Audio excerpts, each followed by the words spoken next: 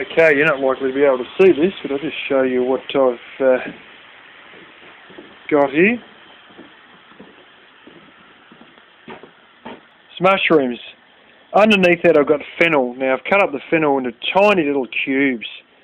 I'm talking absolutely tiny. I don't know if you can... You should be able to see some in there. Down through there. And basically I've fried that for a while and then thrown in some Worcestershire sauce. At some point I like to throw in soy sauce or something like that, but all I had was a little bit of Worcestershire sauce and I've run out of soy sauce. Then slice up mushrooms, throw it in on top of that. At this point I could slice up a bit of bok choy and then crack eggs over the whole lot. But I've actually got some tin tomatoes that have got, I think a bit of basil and garlic in with them, like crushed chopped tomatoes or something like that, and I'm likely to put a bit of those in and then continue stirring it all around. You've got to sort of basically work out what needs to be cooked first, and that, whatever takes longest to cook needs to go in first, and then you sort of go back from there. But mushrooms are pretty good because they'll shrivel up and cook regardless of if they're fried or they're more or less steamed or whatever sort of thing. And yeah, funny the camera's working now I'm inside. There's a number of different ones, and I'll show you those probably later in this video. There's a bit of flatbread. I'm going to try and pour all this into flatbread and wrap it up after I add this diced Australian tomatoes. I thought I got the other one that had the garlic and basil in it. And I'll pour that out into flatbread, as I was saying, and then roll it around and eat it like a wrap.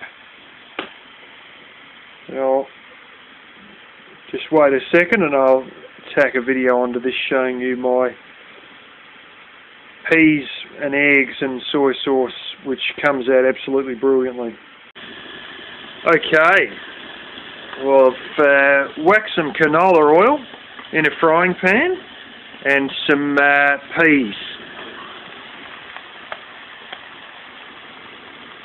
I'm sort of letting those cook a little bit there. You notice I've only got enough for one layer. I'll sort of pour them in out of the tin and you shake them round so they're only actually 1 pea deep. And you let those go for a while. They'll start to sort of crisp up a little bit, you know, almost like cooking fries or something like that. But do that just a little bit, not too much. And I might try and stir them up a bit to try and turn them over. Basically frying them. Now these aren't just your run-of-the-mill home brand cheapos.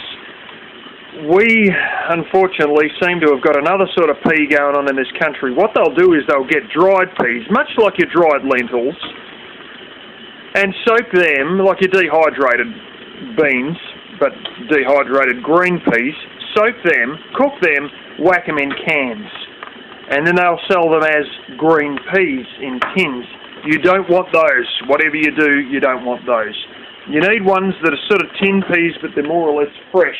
And my way of dealing with that is you go for ones specifically labelled as garden peas, and go for a brand name one. Edgell, Golden Circle, someone who's renowned to actually make stuff that's worth bloody eating. Now, we've got these and turned them over and fried them a bit again. They're starting to brown up a little bit. And then what we want to do is get soy sauce. Now don't get the horseshit brand, get a decent brand. This is a bit of Lee Kum Kee out of Hong Kong. This is decent stuff, not some crap that just tastes like salt water or something like that. I don't trust all the cheaper brands because they often turn out to be shit. And we sort of splash a bit of that in, which you can't see. And then we start to cook again. And what we're basically trying to do is dehydrate this down a bit, so it becomes not completely liquid, but sort of like a bit thicker. I wouldn't really say, well, sort of, yeah, not quite syrupy, like a very thin syrup, but you don't go berserk. You don't want it to dry out completely and stick to the sides of the pan, because then you'll have to scrub it off. But you don't want it as it is, straight up. And what you do is, you boil it off a little bit, and then it becomes sort of a bit more sticky, and then, within about 30 seconds or so of boiling it off, you crack eggs over the top of it. Then continue to let the eggs cook, not flat knacker, but with the gas down rather slow, so they cook through slowly. And the soy sauce will actually infuse into the eggs, and then, we should take that off, then you do a single flip and flip the whole lot, and only cook it for another 30 seconds on the other side, and it will come out bloody brilliant. And as I said, the soy sauce will actually be infused not only into the peas, but through the egg white itself, and it tastes fantastic. And I will try and show it when it's done. Alrighty, well there it is. Some of the peas you can sort of tell by looking at them, they're actually sort of fried a bit. But the brown in the egg white between the peas, especially like here and there, is actually where the soy sauce has gone in. I sort of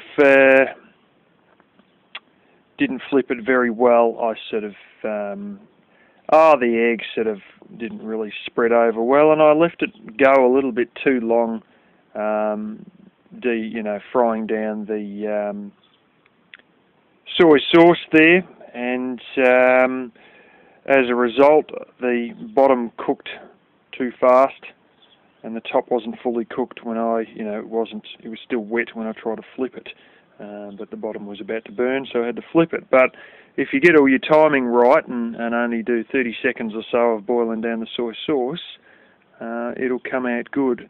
And it's great, you get your peas are sort of, being fresh ones, and they're, well, tinned, but not the dried ones that have been rehydrated and boiled up and are like friggin' horse feed. The good ones are like sort of fresh-ish enough, and they've never been dehydrated. They've just been picked, cooked and canned, and they will sort of fry quite nicely. And you get all your soy sauce infused through the egg white, and it looks like a friggin' mess, but it actually tastes so good that I recommend you give it a shot.